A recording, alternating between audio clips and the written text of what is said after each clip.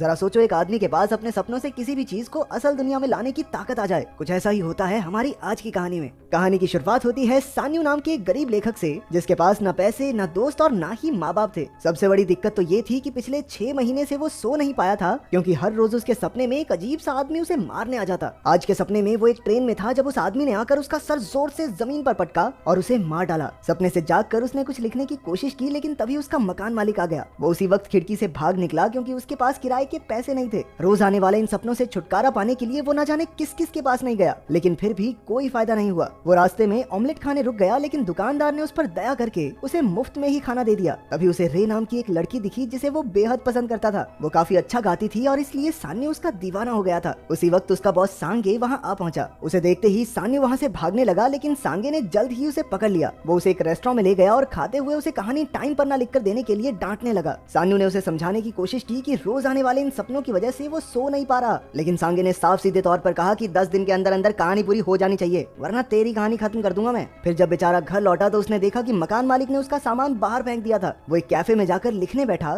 लेकिन भूख की वजह से वो ज्यादा सोच भी नहीं पा रहा था, तो सो गया बेचारा। सपने में उस आदमी ने उसका गला घोंटकर उसका सर टेबल पर पटकना शुरू कर दिया। सपने में मरने के बाद जब सान्यू की आंख खुली तो उसने देखा कि उसका लैपटॉप भी चोरी हो गया था। और कितना बुरा होगा इसके साथ। अब उसकी हालत इतनी खराब हो गई थी कि बेचारे को सपनों और आम जिंदगी में क्या असली है क्या नकली कुछ समझ नहीं आ रहा था। इसलिए उसने सांगे को मैसेज करके कहा कि वो आज के बाद उसे कोई स्क्रिप्ट नहीं दे पाएगा। वो रे के कैफे की सामने वाली बिल्डिंग की छत पर गया और इससे पहले कि वो कोई गलत कदम उठाता, ऑमलेट वाले आदमी ने उसे ऐन वक्त पर रोककर थोड़ा खाना दे दिया। जब सान्यू ने उसे अपनी परेशानी बताई तो उस आदमी ने कहा कि जब जब वो सपने में हो तो उसे बार बार दोहराना चाहिए कि मैं सपना देख रहा हूँ, मैं सपना देख रहा हूँ। हो सकता है इस तरकीब से वो जल्दी सपने से बाहर आ जाए। सान्यू रात होने तक छत पर रहा और फिर अपना फोन बेचकर उसने थोड़ा खाना खरीदा। इसके बाद उसने दुकान से कुछ चीजें चुराने की कोशिश की, लेकिन वहाँ कैमरे लगे थे। आखिरकार वो बाहर बैठकर खाना खाने लगा और उसने देखा कि रे उसकी मदद करने आई थी। उसे यकीन ही नहीं हुआ और अचानक रे उसी आदमी में बदल गई। उसने सान्यू को जोर से कांच पर मारा और असल जिंदगी में दुकान वाली लड़की को लगा कि सान्यू को दौरे पड़ रहे हैं। उसने तुरंत एम्बुलेंस को कॉल कर दिया। उस खूंखार आदमी ने सान्यू के पेट में तलवार घोंप दी। तभी सान्यू ने तलवार पकड़ ली और दोहराने लगा कि मैं सपना देख रहा हूँ। उसी वक्त उसकी आंख खुली, लेकिन असलियत में भी वो कांच से टकराया था,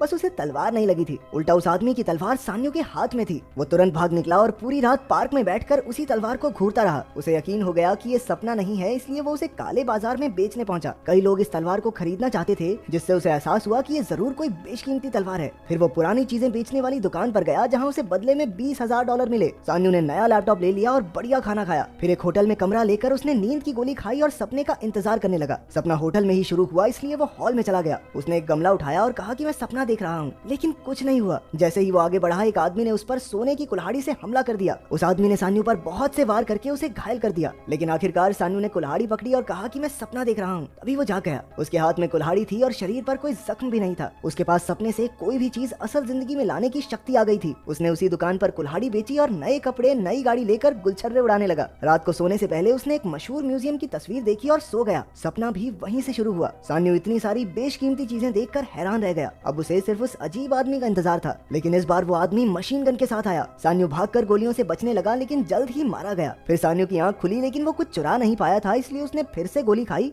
और सपने में पहुंच गया। वहाँ गोलियों से बचते बचाते उसने किसी तरह 2 कीमती चीजें उठाई और कहा कि मैं सपना देख रहा हूँ। इस बार उसने अमीर डीलर्स को ये चीजें बेची और $2 मिलियन कमा लिए। वहाँ से निकलते ही सांगे ने उस पर हमला बोल दिया, क्योंकि उसने एडवांस लेके उसकी कहानी नहीं लिखी। सान्यू ने उसे सारे पैसे लौटाकर कहा कि अब वो कहानियां नहीं लिखता, अब तो भैया बड़े आदमी हो गए हैं, अब कौन लिखेगा कहानी। अगले दिन वो रे के कैफे में उससे मिला, लेकिन वो तो उसे पहचानती ही नहीं थी। सान्यू को पता चला कि रे अपना कैफे बेच रही है, क्योंकि उसे काफी घाटा हो गया था। रात को सांगे फिर उससे मिलने आया और पूछा कि तू रातों रात इतना अमीर कैसे हो गया। सांगे उसे होटल के कमरे में ले आया और सान्यू के सोते ही उसका बटुआ तलाशने लगा। अचानक सान्यू अपने सपने से एक सोने की चेन लेकर लौटा तो सांगे हक्का बक्का रह गया। उसने सान्यू से कहा, अरे भाई यार, मुझे अपने साथ रख ले यार, तू कहेगा सुबह सुबह तेरा पिछवाड़ा भी धो दूंगा, पर अपने साथ रख ले भाई, यहाँ पैसे नहीं कमाए जा रहे। काफी मिनटों के बाद आखिरकार सान्यू मान गया। अगले दिन सान्यू ने रे का कैफे खरीद लिया, लेकिन उसे काम करते रहने को कहा। रे उसकी मदद से काफी खुश थी। तब से सान्यू सपनों में नई नई जगह चोरी करने लगा और सांगे उसके सोए हुए शरीर की निगरानी करता। एक बैंक लूटते वक्त वो अपनी शक्तियों के इस्तेमाल से उस अजीब से आदमी का मुकाबला करने लगा। अब वो सिर्फ देखकर ही चीजें बाहर ले आता था, जैसे एक लाल गाड़ी। कुछ समय बाद रे का कैफे लोगों से भर गया, क्योंकि सान्यू सड़क पर लोगों को पैसे देकर अंदर भेजता था। उसने ऑमलेट बेचने वाले उस नेक दिल आदमी को भी पैसों से भरा एक बैग दिया। एक दिन बातों बातों में रे को पता चला कि सान्यू असल में एक राइटर है। सान्यू ने रे को अपनी लाल गाड़ी भी तोहफे में दे दी। तब उसे याद आया कि जिस रात उसने रे को पहली बार देखा था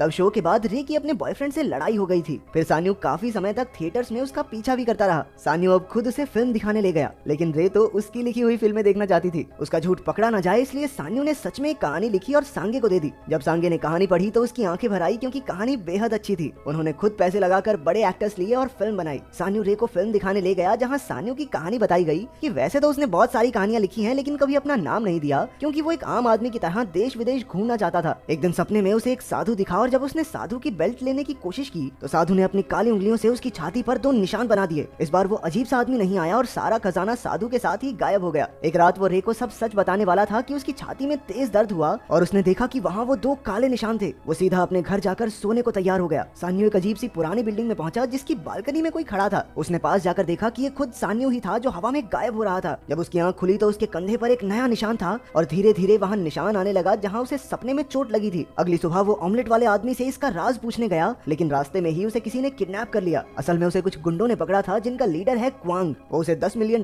के बदले छोड़ने को राजी हो गया, लेकिन जब सांगे पैसे लेकर पहुंचा तो उसके आदमियों ने पैसों के साथ साथ सांगे को भी पकड़ लिया। अब उसके पास कोई रास्ता नहीं था, इसलिए सान्यू सभी बदमाशों को अपने खुफिया कमरे में ले गया जहाँ उसने सारा चोरी का सामान रखा था। क्वांग उसकी अमीरी का राज जानना चाहता था। तभी रे उससे मिलने आ गई, लेकिन सान्यू ने उसकी जान बचाने के लिए उसी वक्त कॉल पर कहा कि मैं तुमसे आज के बाद कभी नहीं मिलना चाहता, चली जाओ मेरे घर से। गार्ड ने फिर भी उसे अंदर आने दिया। तभी एक बदमाश उसे पकड़कर सान्यू के पास ले आया। रे ने क्वांग पर हमला किया तो सान्यू ने भी मौका देखकर बदमाश को गमले से मारा और रे को छुड़ा लिया, लेकिन पीछे से एक गुंडे ने उसकी पीठ में छुरा घोंप दिया। सांगे, रे और सान्यू जान बचाकर भागने लगे, लेकिन सान्यू चल भी नहीं पा रहा था। एक गुंडे ने फिर से सान्यू को चाकू मारा, लेकिन सांगे ने अपनी जान की बाजी लगाकर सान्यू और रे को भगा दिया। गुंडों ने बेचारे सांगे को मौत के घाट उतार दिया। उधर सान्यू और रे तक भी एक गुंडा पहुंच गया और उन्हें मारने लगा। पीछे से सान्यू ने उस पर अपनी तलवार से हमला किया। आखिरकार दोनों बेहोश हो गए और सान्यू की आंख एक बर्बाद सी जगह पर खुली। सामने उसने एक चमकते दरवाजे को छुआ तो उसे अपनी जिंदगी के पिछले कुछ हफ्ते दिखाई देने लगे। उसमें असल जिंदगी और सपने दोनों शामिल थे। उसने देखा कि उस रात दुकान के बाहर उसे एम्बुलेंस ले गई थी। इसके बाद उसे एक कांच की दीवार दिखी जिसे वो तोड़ने लगा। मैं सपना देख रहा हूँ, मैं सपना देख रहा हूँ, ये कहते कहते सान्यू का काफी खून बह गया और वो वहीं बेहोश हो गया। अचानक उसका शरीर बदलने लगा और वो खुद भी उस अजीब से आदमी में बदलने लगा। उसके हाथ में एक तलवार थी जिससे उसने दीवार तोड़ना शुरू कर दिया।